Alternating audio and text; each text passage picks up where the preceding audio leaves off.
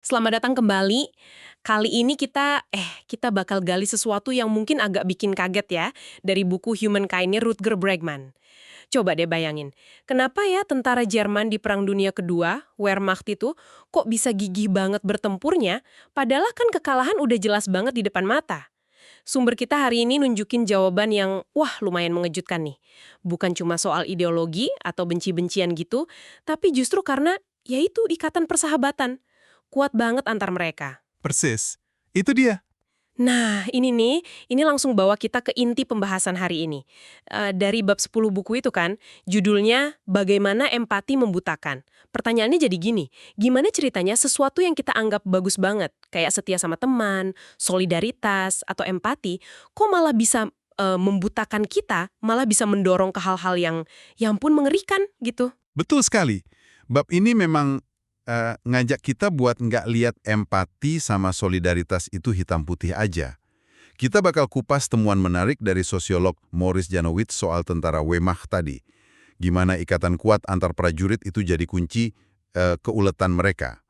Terus kita coba sambungin ke fenomena terorisme modern, dan akhirnya kita gali argumen psikolog Paul Bloom yang, wah, lumayan kontroversial nih soal keterbatasan empati. Sumber utama kita ya dari kutipan dan analisis di bab 10 itu, How Empathy Blinds. Wah, oke. Menarik banget ini kedengerannya. Siap nih buat lihat sisi lain dari sifat-sifat yang biasanya kita puji-puji. Yuk kita mulai. Oke, kita mulai dari cerita Maurice Janowitz dulu ya. Dia ini kan sosiolog muda Yahudi. Ironisnya, malah kerja buat divisi perang psikologis Amerika Serikat pas PD2. Tugasnya penting banget. Cari tahu apa sih yang bikin tentara Jerman, Wehrmacht itu kok kuat banget, susah dikalahin. Apa gitu rahasianya? Awalnya sih dugaan kuat dari sekutu itu ya ideologi Nazi. Sosialisme nasionalis itulah, pokoknya. Mereka mikirnya, wah ini pasti propaganda Hitler. Kebencian rasial, itu yang jadi bahan bakar semangat juang prajuritnya. Tapi, risetnya Janowitz ini ngasih gambaran beda banget. Dia wawancara ribuan tawanan perang Jerman kan, dan dia nemuin, buat sebagian besar prajurit yang di depan itu loh, ideologi abstrak kayak gitu, atau bahkan antisemitisme, ternyata nggak sepenting yang dikira orang. Oh ya, jadi kalau bukan ideologi, terus apa dong? Agak susah dipercaya juga ya rasanya. Nah justru itu yang bikin kaget. Kuncinya ternyata persahabatan, atau istilah kerennya camaraderie, ikatan batin yang kuat banget di unit-unit kecil mereka itu. Jadi mereka berjuang itu bukan utamanya buat Hitler atau Reich ketiga, tapi ya itu demi satu sama lain. Motivasi paling kuatnya itu rasa loyalitas ke teman seperjuangan. Orang-orang yang ya nasibnya sama di parit yang sama. Nggak mau ngecewain temen lah intinya. Ada cerita menarik tuh di buku kan, soal sersan Jerman yang ditanya pandangan politiknya sama peneliti sekutu. Dia malah ketawa gitu ya, kayak pertanyaannya nggak relevan aja gitu. Seolah-olah dia mau bilang, Anda ini nggak ngerti apa yang bikin kami mau perang. Yang penting buat dia ya kelompok kecilnya itu, unitnya dia, tempat dia ngerasa diterima, punya ikatan. Luar biasa ya, kekuatan pertemanan bisa jadi penggerak utama di situasi se-ekstrim perang. Betul sekali. Ikatan camaraderie ini saking kuatnya, sampai bikin unit-unit Jerman itu susah banget dipecah belah. Bahkan pas kondisi perang udah jelek banget buat mereka. Dan yang lebih menarik lagi nih, petinggi militer Nazi kayaknya sadar banget soal kekuatan ini. Mereka bahkan sengaja secara strategis gitu berusaha jaga keutuhan unit-unit kecil ini. Nggak dipecah-pecah, biar ikatan pertemanannya makin kuat, terjaga. Mereka tahu camaraderie ini senjata psikologis yang ampuh, mungkin malah lebih efektif dari sekedar doktrin ideologi. Ini kan beda banget ya sama gambaran di film-film yang seringnya nunjukin tentara Nazi itu kayak robot fanatik atau mesin pembunuh tanpa rasa. Realitasnya, kata Janowitz, lebih kompleks. Dan secara paradoks malah lebih manusiawi gitu. Nah ini nih, di sini kita mulai masuk ke bagian yang, wah, bikin mikir ya. Kualitas yang kita anggap paling baik dari manusia, setia kawan, persahabatan tulus, solidaritas kelompok, kok malah bisa jadi energi pendorong di balik tindakan kolektif yang ngeri banget. Kayak agresi perang Wehrmacht itu. Ini nunjukin kalau kejahatan skala besar itu nggak selalu lahir dari benci murni atau ideologi jahat aja. Bisa jadi akarnya justru dari loyalitas ke kelompok kita yang terus dimanipulasi atau diarahkan buat lawan mereka. Jadi polanya kayak berulang gitu ya. Ikatan kelompok yang kuat ini, yang di konteks lain bagus banget, malah bisa jadi bahan bakar buat nyerang kelompok lain.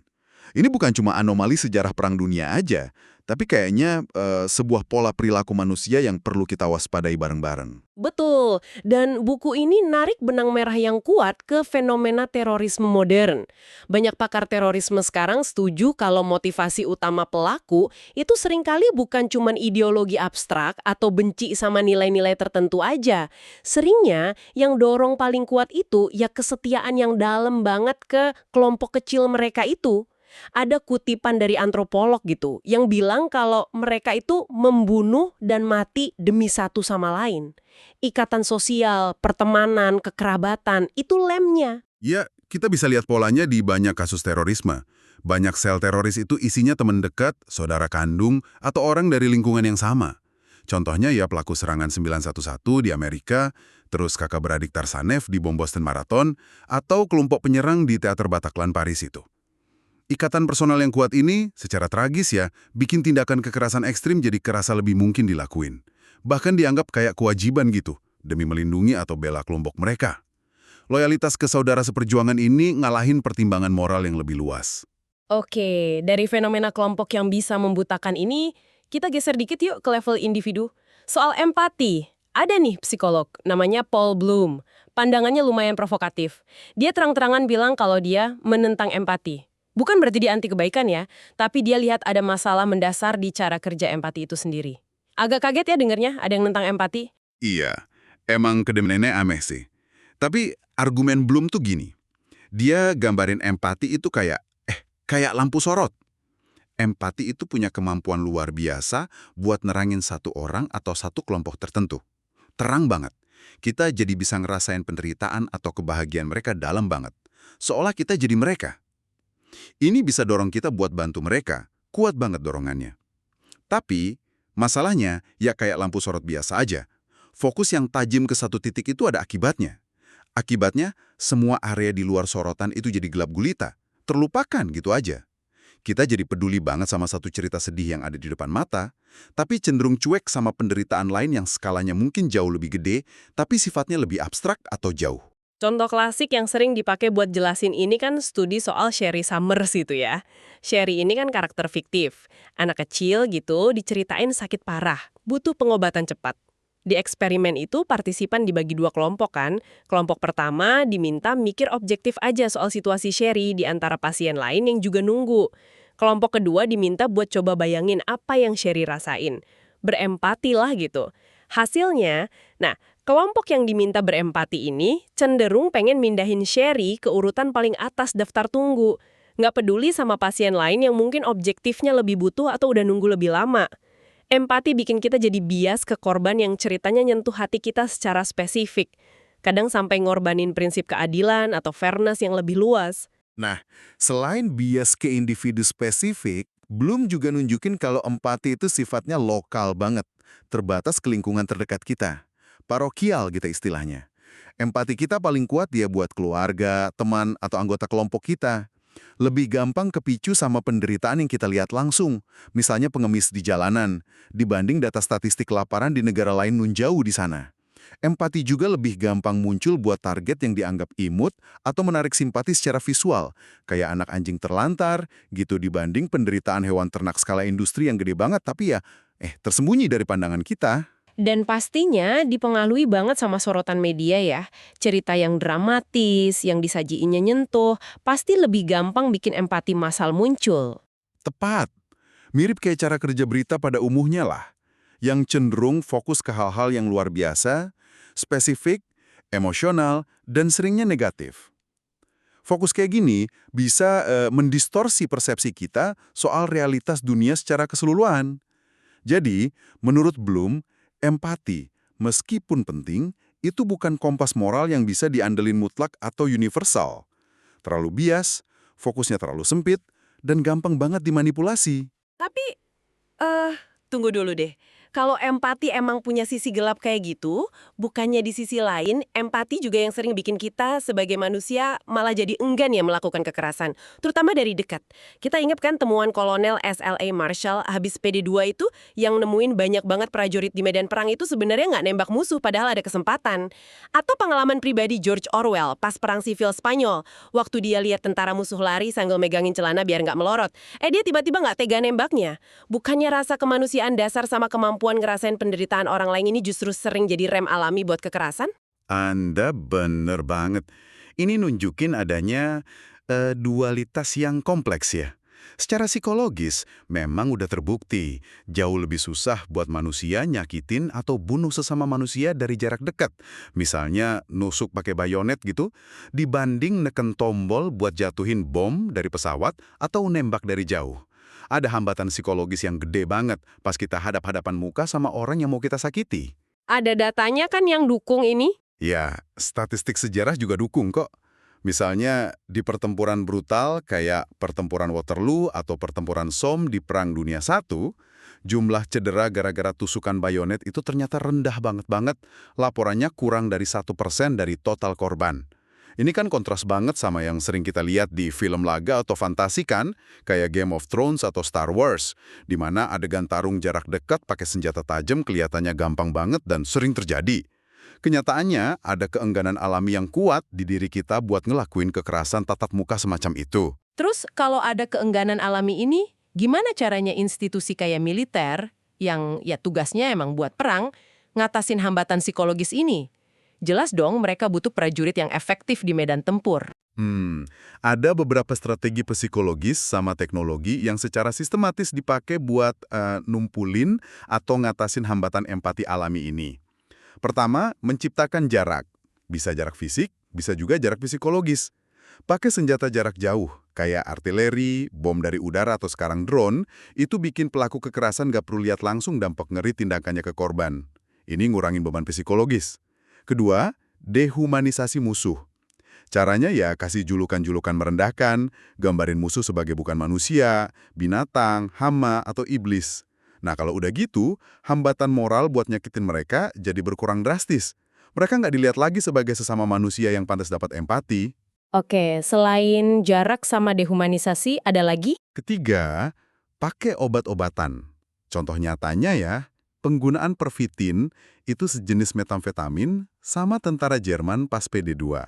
Obat ini diketahui bisa numpulin rasa takut sama empati, tapi barengan gitu, ningkatin agresi, kewaspadaan, sama stamina fisik.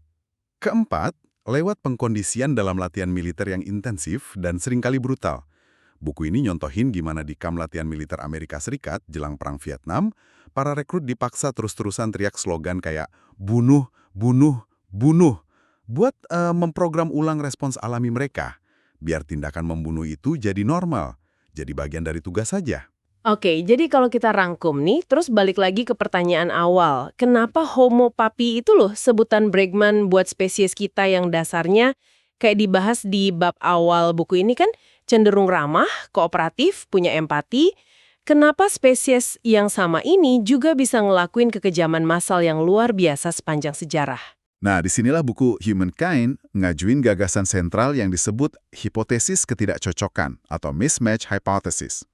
Intinya gini, sifat-sifat alami kita, kayak setia banget ke kelompok, empati yang dalam ke orang terdekat, pengen dipercaya dan percaya sama orang, terus cenderung kerjasama, itu semua sifat yang berkembang ribuan tahun pas kita hidup dalam kelompok kecil pemburu pengumpul nomaden.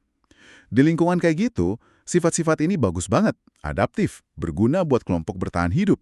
Tapi kemudian, sifat-sifat yang sama itu jadi bermasalah ketika Masyarakatnya skala raksasa, anonim, penuh struktur hierarki yang rumit, persaingan sumber daya ketat, dan yang paling penting munculnya ideologi-ideologi kuat, nasionalisme, agama, politik, yang mecah belah dunia secara tajam, jadi kita versus mereka. Nah, di konteks baru ini, sifat-sifat baik kita, kayak loyalitas kelompok sama empati yang terbatas ke kita itu, justru bisa salah tembak atau misfire, jadi berbahaya kita. Jadi ini persis kayak ngutip lagi ahli primata Brian Hare yang juga disebut di buku ini ya.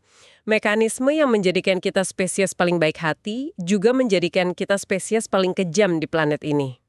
Empati sama loyalitas yang kita arahin kuat banget ke kelompok kita, secara ironis bisa gampang banget jadi pemicu permusuhan, curiga, dehumanisasi, bahkan agresi dan kekejaman ke kelompok mereka yang dianggap beda, asing, atau ngancam. Sisi baik kita bisa jadi bahan bakar buat sisi tergelap kita kalau konteks sosialnya salah ya. Kesimpulan yang, wah, cukup berat juga ya. Benar banget. Jadi, ya, kesimpulan utama dari pembahasan kita soal bab 10 ini adalah pengakuan kalau empati dan loyalitas, meskipun sering kita anggap kebajikan murni, ternyata punya sisi gelap yang signifikan dan perlu kita waspadai. Keduanya bisa bikin pandangan kita jadi sempit banget, nyiptain bias kami versus mereka, dan dalam skala besar masyarakat modern, bias ini bisa dimanfaatin dan jadi bahaya banget, jadi bahan bakar konflik, diskriminasi, sampai kekejaman massal. Kita perlu lebih kritis lah buat ngenalin kapan empati sama loyalitas itu nolong kita jadi lebih baik, dan kapan keduanya justru membutakan kita dari gambaran yang lebih gede atau dari penderitaan pihak lain. Empati ini kerja di kehidupan Anda sehari-hari. Misalnya, gimana algoritma media sosial sering banget bikin gelembung informasi yang cuma nyodorin cerita-cerita yang bangkitin empati atau marah ke kelompok kita, sambil ngegambarin kelompok lain secara negatif atau karikatur gitu. Atau gimana dalam debat politik yang makin panas, fokus kita yang kuat banget ke penderitaan atau kepentingan satu kelompok, bisa tanpa sadar bikin kita jadi tuli atau bahkan musuhin kelompok lain. Gimana empati kita mungkin lagi dibajak buat memperdalam perpecahan. Mungkin pertanyaan penutup yang bisa Anda simpan dan pikirin lebih lanjut itu ini. Kalau empati alami kita emang kerjanya kayak lampu sorot yang fokusnya terbatas dan bias, area-area penting mana aja di dunia kita, masalah sosial, penderitaan kelompok lain, isu global, yang selama ini mungkin kita biarin aja, ada di kegelapan karena nggak pernah kena sorot empati kita. Dan, adakah cara buat kita numbuhin sesuatu yang lain di samping atau mungkin ngelengkapin empati alami kita? Sesuatu yang mungkin bisa kita sebut rasa welas asih yang rasional atau rational compassion. Semacam kepedulian yang jangkauannya lebih luas, lebih didasarin sama pemahaman rasional soal skala masalah dan prinsip keadilan, bukan cuma getaran emosi sesaat aja. Mungkinkah ini bisa bantu kita ngelewatin kompleksitas dunia modern ini dengan lebih bijaksana dan adil buat semua? Pertanyaan yang menantang ya, buat direnungkan. Terima kasih sudah menyimak pembahasan mendalam kita kali ini, mengupas sisi lain dari empati dan loyalitas berdasarkan bab 10 Humankind. Sampai jumpa di eksplorasi berikutnya.